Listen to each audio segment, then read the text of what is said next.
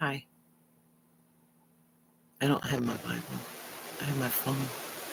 I have text messages after text messages after text messages after text messages. I have document after document after document after document. I have paperwork after paperwork after paperwork after paperwork.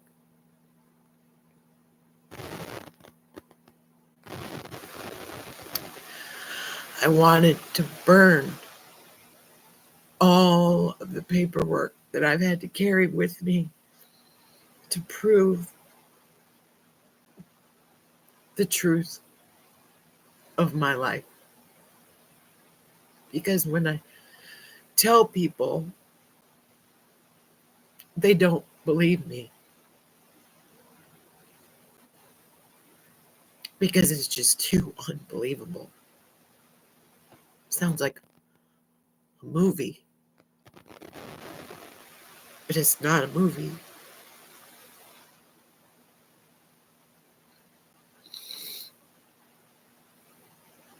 I want to sing to my babies and I want to hold them.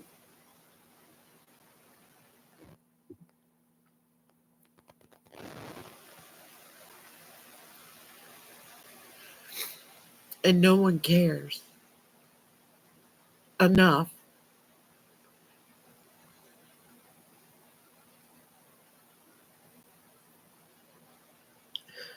I'm supposed to accept crumbs.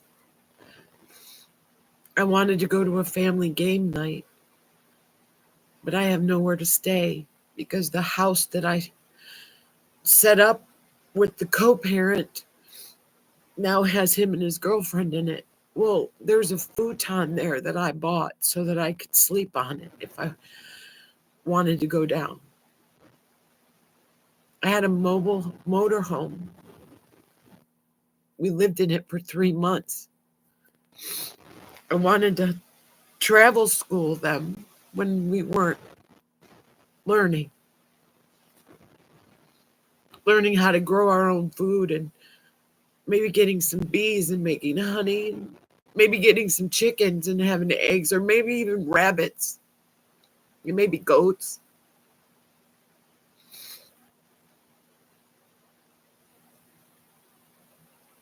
I bought an acre of land and a 3-bedroom mobile home. It's not a mansion, and I've done a lot of work, and the kids were doing it with me.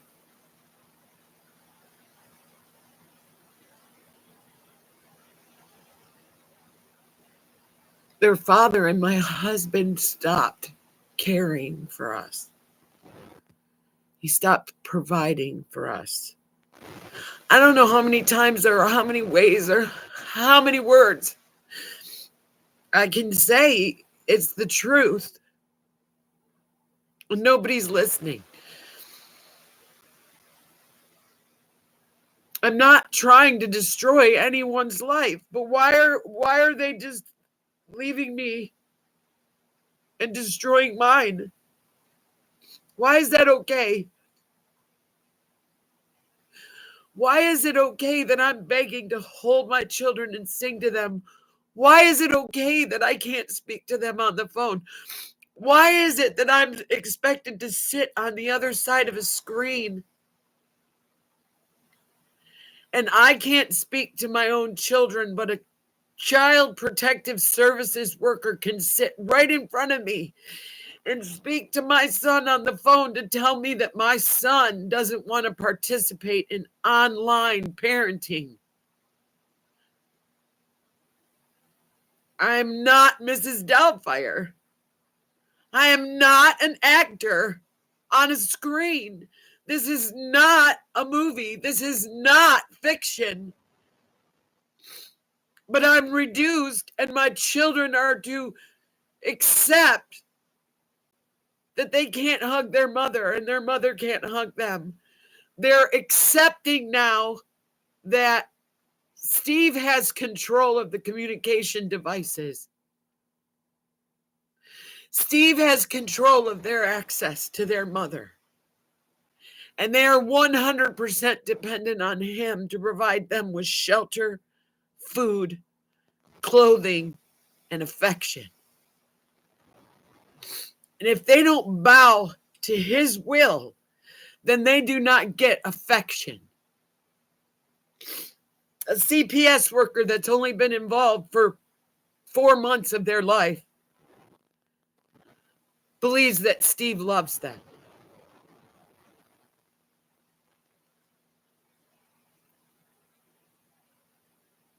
He said he loved me once.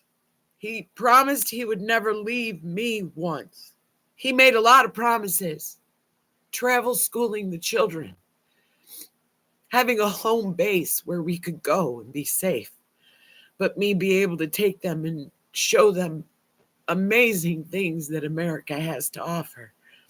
And not this garbage that's being spewed out of every institution that is the military,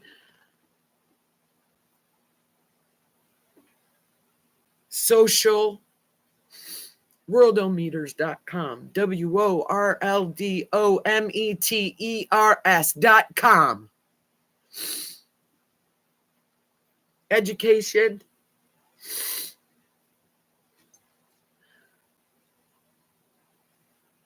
Should I just leave my live on 24/7? I mean, I'm alone here. There's nobody else here to invade their privacy of. I'm not allowed to have privacy. I'm expected to bow to everyone trying to expose every tiny detail of what makes me crazy. What makes my heart hurt.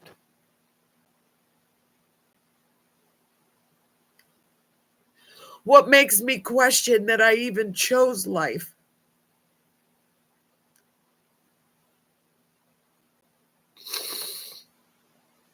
Why didn't I have an abortion? Because I chose life. Because God sparked life in me. If I'd had an abortion, what would be missing? They abort me. I didn't have an abortion, but I'm being aborted. Somebody please make this make sense. I'm the crazy one. I'm the crazy one. I chose life. I got pregnant. I was drugged. I was given a pill. I was taken back to somebody to his house. And I got pregnant. There were other people in the house. It was normal behavior for him to bring in women. I was 16, he was 24. He's dead now. My son's father. My father gave me over to the state at 16 because I was pregnant and I wouldn't give the baby up and I wouldn't have an abortion. Mississippi Baptist Children's Home Society counseled us. The preacher's brother's wife worked with the juveniles and advised them that I was incorrigible and they needed to hand me over. Not knowing anything about our family history. Let's talk about our family history, shall we? Would you like to talk about my family history? Would you like to talk about the pedophile in my family? Let's talk about it. I spent a wedding reception of my cousin in a coat closet with his daughter. Did it make any difference for me to bare my soul? Did it make any difference for me to tell the truth to her? Where's she at? I'm the one that's crucified. I'm the one that's aborted. I'm the one that's kicked out. I found records at a family reunion. Records in writing, laying on the table in books at a family reunion. Because I'm fascinated with history, because I'm fascinated with our family tree, because I'm fascinated with where I came from, because all my life I've been told I'm supposed to hate myself, because I'm mixed, because I'm a mutt, Because why is my body and my mind at odds with each other? Because society wants me to say that that group is horrible and that group is evil and that group and that group and that group. They're all part of who I am. So you want me to tear myself apart? That's what this narrative is. Climate change? It ain't the weather climate. They're not talking about the weather climate. The climate change is the Constitution. Yeah, that's a word.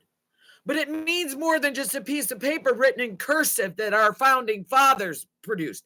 Constitution. Look it up in a dictionary. Look it up in a concordance. Look it up in an encyclopedia. Constitution is more than a piece of paper that people put forth when this country was thought up. The Federalist Papers, everybody tossing about the Federalist Papers. Publius. Rome. Roman Republic, but Athenian Greek. I'm stupid. I'm on a spectrum. I'm crazy. I should be ostracized and aborted. My uterus no longer produces.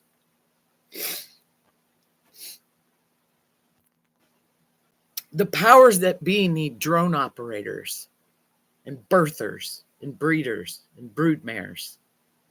The powers that be need individuals content with sitting in a basement and operating game controllers and flying drones.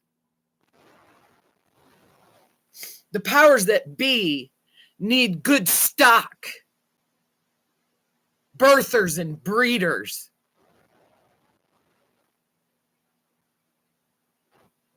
I'm 55 years old and I've survived a lot of hell. I'm here. My offspring would be great breeding stock, because that's what they're trying to turn my 11-year-old into. She'll just be another breeder.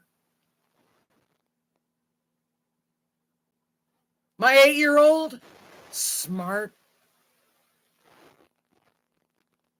He could build, he could engineer, he could design, he could cure. He has the potential to be, but you will diminish him to where he'll be content with a game controller and looking at a screen and flying drones. Maybe I should leave this on and you can observe my whole life. Maybe I should, strip down and ring a bell.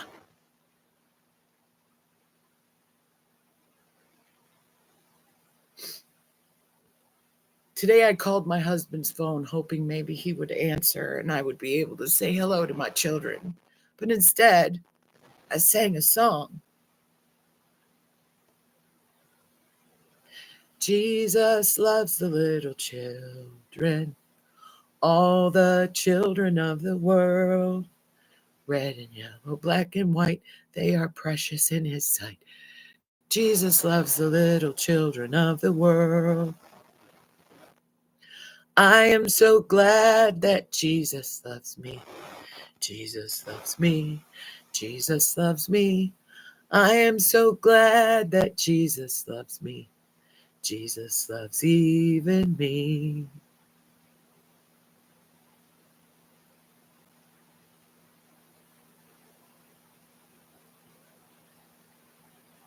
This little light of mine, I'm gonna let it shine. This little light of mine, I'm gonna let it shine. This little light of mine, I'm gonna let it shine. Let it shine. Let it shine. Let it shine. My heart is in my children. All life matters. Their life matters. I chose life. And I chose to dedicate my life to them.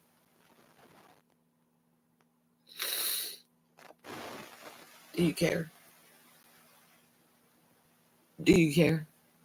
Do any of you know love? Do any of you have love of the truth? Do any of you? I'm here alone. No one cares if I live or die. No one cares if I sleep or eat. And no one cares that my children are out there and they're in survival mode now because they're in a place that does not know love. They're in a place that doesn't answer the phone because they don't like the name that's coming across the screen.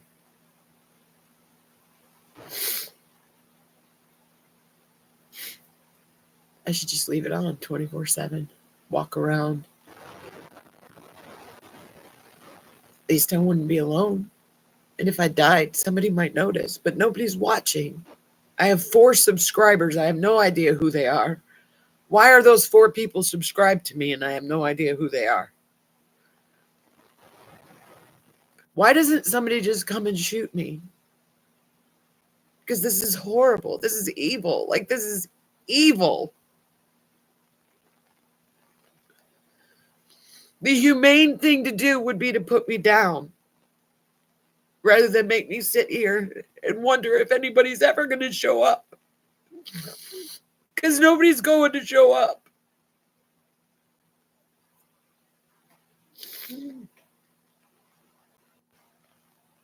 There's not a suicidal fiber in my body.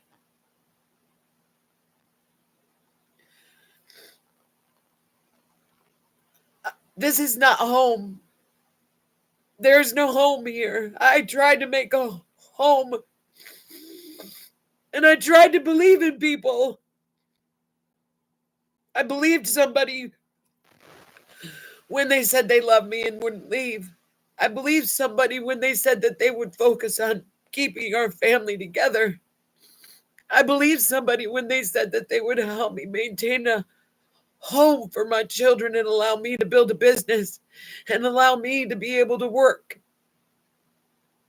I believed somebody when they said that when I was unable to work, when my health deteriorated, well, my health has deteriorated and they took my children. I have nothing. I have nothing. Where's my family and why am I here?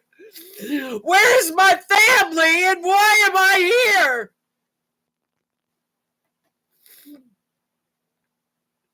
Why didn't I have an abortion?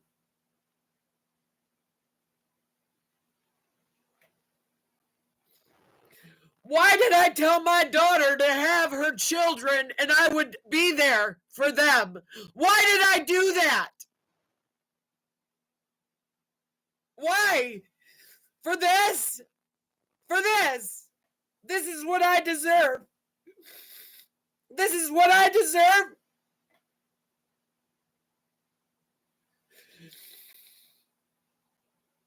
Well, it's a good thing that the babies can survive.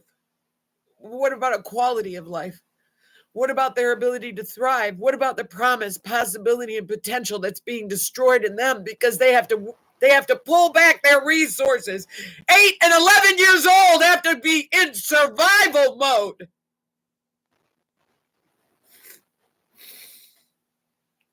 I didn't do that. But your narrative painted the picture that I was the evil one. If I'm so evil and if I'm such a monster that I need to be removed from, come and get me. Come and get me. Come and get me. Because I'm sick of this. This much pain. This pain.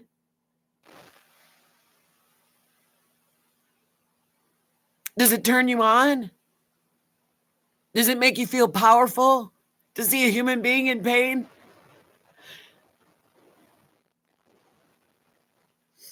Really?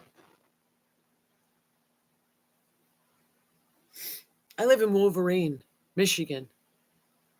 on a hill, on a dirt road. Come and get me. Come and get me, cowards. Come and get me.